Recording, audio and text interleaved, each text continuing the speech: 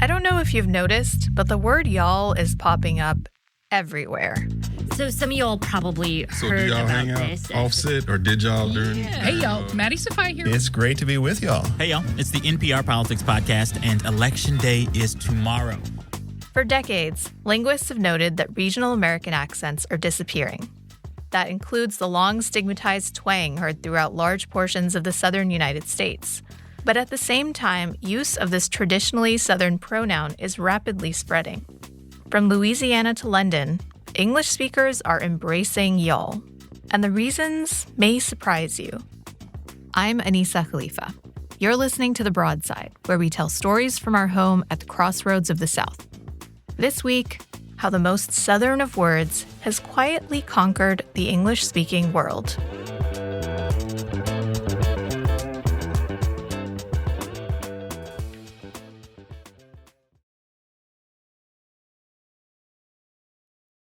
Brody McCurdy is a linguist and research associate at NC State.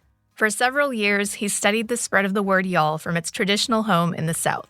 He likens its broad appeal to America's love affair with another Southerner, Dolly Parton. You know, both conservatives and liberals love her, queer and straight people love her. And what we see with the pronoun y'all, we see Southerners love y'all, non-Southerners are increasingly loving y'all. Dolly Parton is the y'all of pronouns, and y'all is the Dolly Parton of pronouns. I love it. I love it. What initially made you get interested in this topic? It's kind of obscure, right? Like, it's not the most obvious. What made you think, okay, this is what I want to study? Well, I'm from Southwest Florida, and that's an area that is geographically Southern, but not culturally Southern, really. Most people there are transplants from the Northeast or the Midwest.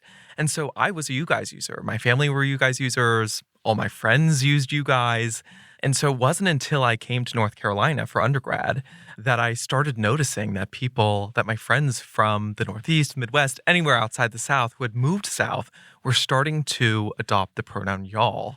And that was really interesting to me because as someone who didn't consider themselves Southern, that just would never have crossed my mind to adopt the pronoun. And what I started noticing in particular were those people were really involved in a lot of progressive spaces, were people who were really socially conscious, who were very intentional about making their language inclusive and welcoming. And so those weren't characteristics I was stereotypically associating with y'all users, before I moved south.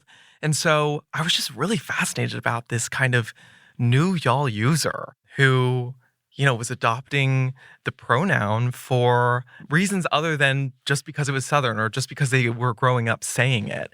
And so when I went to my master's program for the linguistics program, I just thought, this would be a really kind of cool thing to study. Just want to note that you said you moved south from Florida, which is so telling. I know, right? But it's a weird dynamic in Florida for sure. So you've studied the history of this term, right? So what is the history of y'all? When did it first show up? There's a lot of debate in linguistics about the origin of the pronoun and how that contraction came together. What I kind of can say is that a lot of the research about the Southern accent just in general is that a lot of what we stereotypically associate with sounding Southern really starts to develop around the Civil War. So it's actually relatively recently. And so we see things like saying pin and pen the same, for example, which we call the pin-pen merger in linguistics, or, might could, which we call double modals, y'all even as well. These things really start to become very kind of common in Southern usage around that time. Now, it was likely around before as well, but that's where we kind of see an uptick of its usage. I saw in your study that there is some interesting usages of the term, which I know about because I've seen them, but I hadn't really thought about them until you pointed them out, which isn't just, what we think of as what people use to mean when they say y'all. How has that meaning changed and why? Yeah, y'all is just really linguistically versatile, right? So in English, there's this, what we call the second person plural pronoun problem. It's a mouthful. English is missing a pronoun for the second person plural person. So almost all the dialects of American English fill this in some way. But beyond just being able to refer to a group of kind of a plural group of people, y'all has all these other different functions. And some of these functions that are really unique and specific to y'all. So one of the things that I found in my own research was that it's something that I call dissociative y'all. And it's where y'all is used to refer to not only a group that does not include yourself, right? That's just kind of its typical function, but it's a group that you don't want to associate with. So something like that would be, and I'm at NC State right now, so this might make this sentence a little bit more understandable. But if you said something like, y'all really think that Carolina blue is the best color when the Wolfpack is the best, or something like that, right? So that form of y'all refers to a group of people that not only you don't include yourself in, but you think their idea is really unintelligent, or you don't want to associate with that idea. And so in that sense, you're almost distancing yourself from that group of people. And this is a very common use of y'all. There's another one called discourse marker y'all, where you would say, y'all, I have the night shift again. Right away, you see that y'all kind of that precedes that sentence makes it so that it comes in front of a complaint or some sort of thing that you have a negative attitude towards. This is also a very common usage of y'all. And these aren't very common for the other second person plural pronouns on the marketplace, if you will. And it makes y'all a really unique pronoun that gives people, a lot of linguistic versatility to express different things that other pronouns might not be able to. Do you have an idea of when it started moving outside the South? Because as someone who's lived inside and outside the South, I've also noticed this. It's been happening for a while, right? Yes. Can you give me an idea of that? So interestingly, the first study that documented that y'all was spreading outside the South took place in the mid-1990s. And so this group of linguists did this survey where they found that y'all seemed to be spreading quite rapidly outside of the South. And this was really, really surprising for me, and I think a lot of my friends. This seemed like a very recent phenomenon, but it's actually been going on for, at least at this point, 20, 30 years. And so this really shocked linguists when they first found this finding, because y'all is so stereotypically associated with sounding Southern, and sounding Southern is quite stigmatized in the United States. So why would this stereotypical Southern feature be spreading outside the South instead of receding or disappearing, as a lot of other features in Southern American speech seem to be doing in urban areas across the South? So at least it likely was spreading before then, but that's where we first see documented spread in the 90s with this study. And so why, given this context, is y'all spreading despite that stigma? So, this isn't the only answer, but this is one that I found in my own research, which was that y'all is increasingly understood as a gender-neutral, kind of inclusive pronoun in relation to you guys.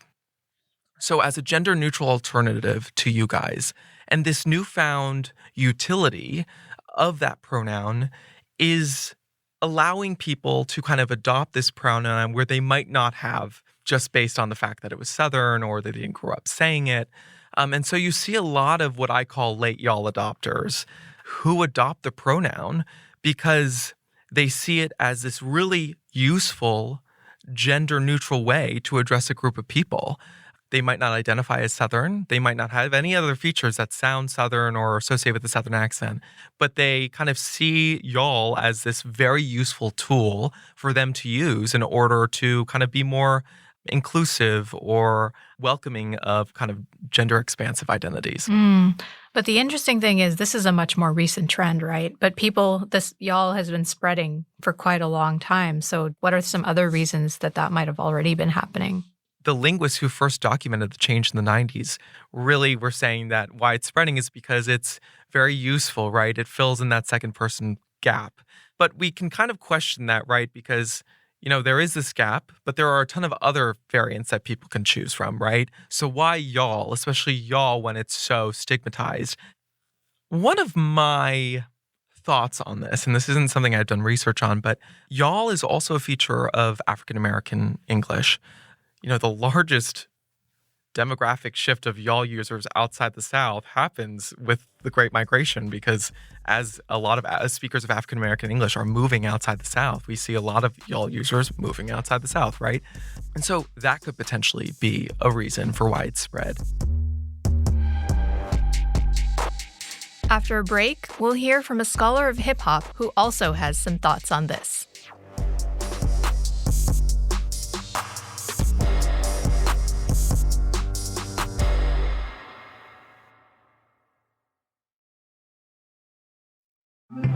Hey, I'm Anita Rao.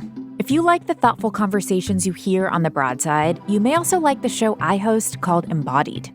Each episode is a deep dive into a topic related to sex, relationships, and health. We take on everything from how a schizophrenia diagnosis can impact intimacy to what it's like to be in a relationship with an AI chatbot or be a stand-up comedian with a stutter. We meet some incredible people who are down to explore big questions about our bodies and society, and talk about things that are sometimes a little taboo. You can get new episodes of our show each week. Find Embodied from WUNC wherever you get your podcasts.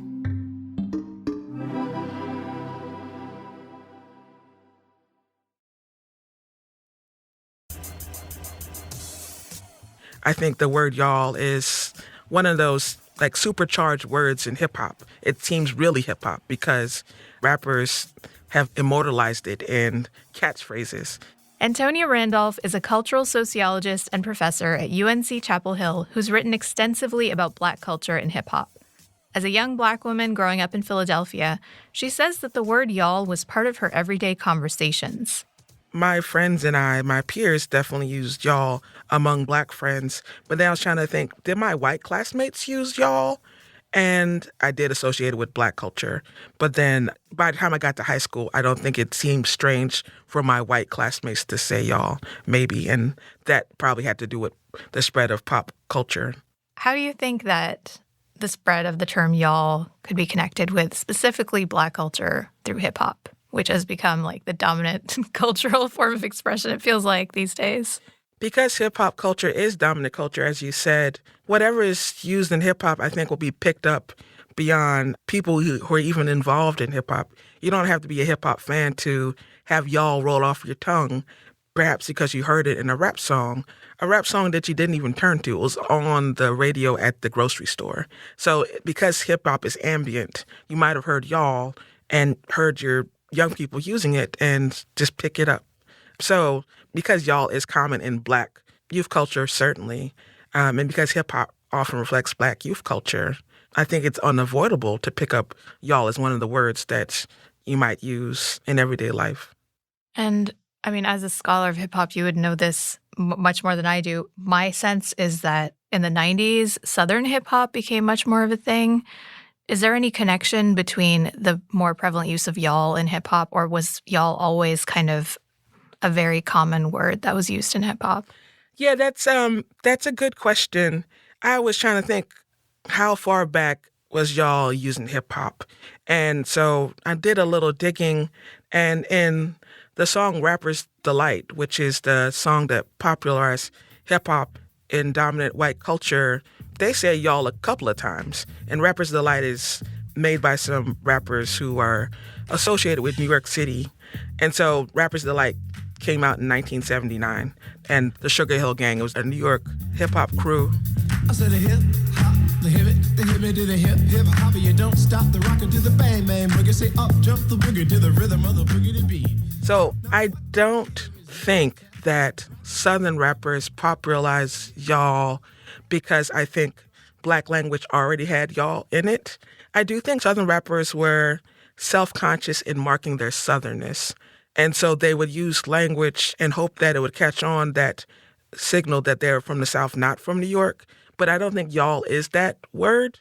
Y'all, I think, was already within Black culture, not just Southern Black culture. So I don't think Southern Black culture was the vehicle to spreading y'all to the masses.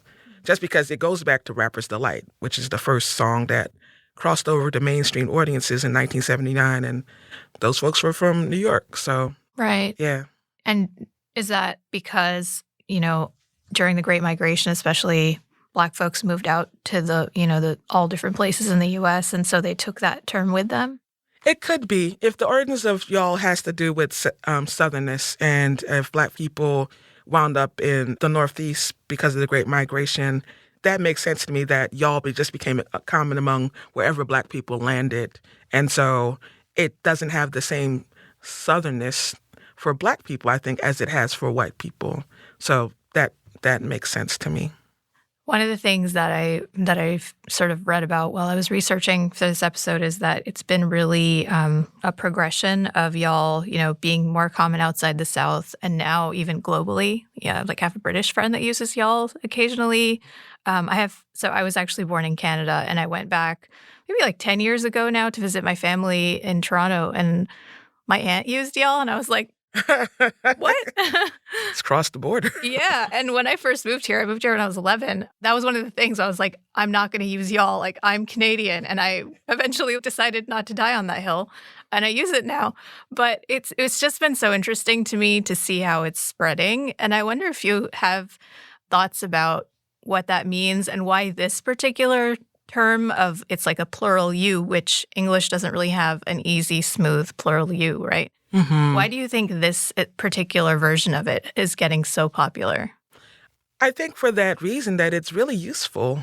We don't have widely circulating words that does that. Besides y'all, there's use guys that they use in the Northeast. There's like the phrase yins, Y-N-Z, that folks in Pittsburgh use. But those have stayed regional. But y'all, I think because of pop culture, has been able to circulate, and it's really useful. I would think of y'all as something like ain't. Ain't is really useful if you want to be less formal. Ain't no way I'm going to do that. Ain't just sounds good to use. It does something that people want to be happening in conversation, and y'all's the same kind of thing. And it's not loaded. It's loaded with Southernness, and it's loaded with Blackness. And the Southernness might cut against it, but the Blackness, because Blackness is marked as cool, Blackness might help it circulate because Blackness without Black bodies attached is cool. So I think, yeah, it's a useful term. I wanted to bring up one of the things that the linguist we spoke to studied, and he said that one thing that he noticed was what he calls the dissociative y'all, which is used to sort of distance the speaker from a group of people that the speaker finds disagreeable. So, for example, something like, y'all really think being late is a personality trait, or y'all need Jesus, that kind of thing, which these are the examples that he gave me. But I've noticed that a lot, especially online. And I wonder how you see this and if you think it's connected to the way that Black internet culture has sort of spread and also been appropriated by a lot of other groups. Huh. That's interesting. A really specific use of y'all where it's not just you all, but it gets to have a meaning of distancing yourself from who you're trying to refer to. In a comic way, it sounds like. I mean, I don't doubt it. I mean, there's so many inflections in how language is used that people using it for effect. There's so much about Black language that is a performance of cleverness and humor that I wouldn't be surprised if it doesn't have something to do with people picking up on creativity and how Black people use language and kind of adapting it, noticing it, and using it to effect too. Do you mind if I ask you how you feel about that? How I feel? I think people should become as aware as they can about the origins of language that they're using, to understand that language has history, and to know that language is embedded in power relations, so that all kinds of Black slang is adopted by non-Black people. And that's a form of appropriation, and it could be a form of domination. It could be a form of emptying out the meaning that language has among Black communities and treating it as though it doesn't have a history. At the same time, because language and all culture crosses barriers, I think it'd be hard not for that to happen. And so I think the best practice is probably to be aware of where language is coming from, to acknowledge that language has a history that is associated with particular racial and ethnic groups, cultural groups like gay culture, that sort of thing, and to not imagine that it's innocent. But it'd be hard. I think it'd be unreasonable to think that people would abstain from using words that just become popular. That would be hard to do because we just brush up against the people. It's fun to do the new thing with language. And I think it'd be hard to back away from that as folks live an everyday life.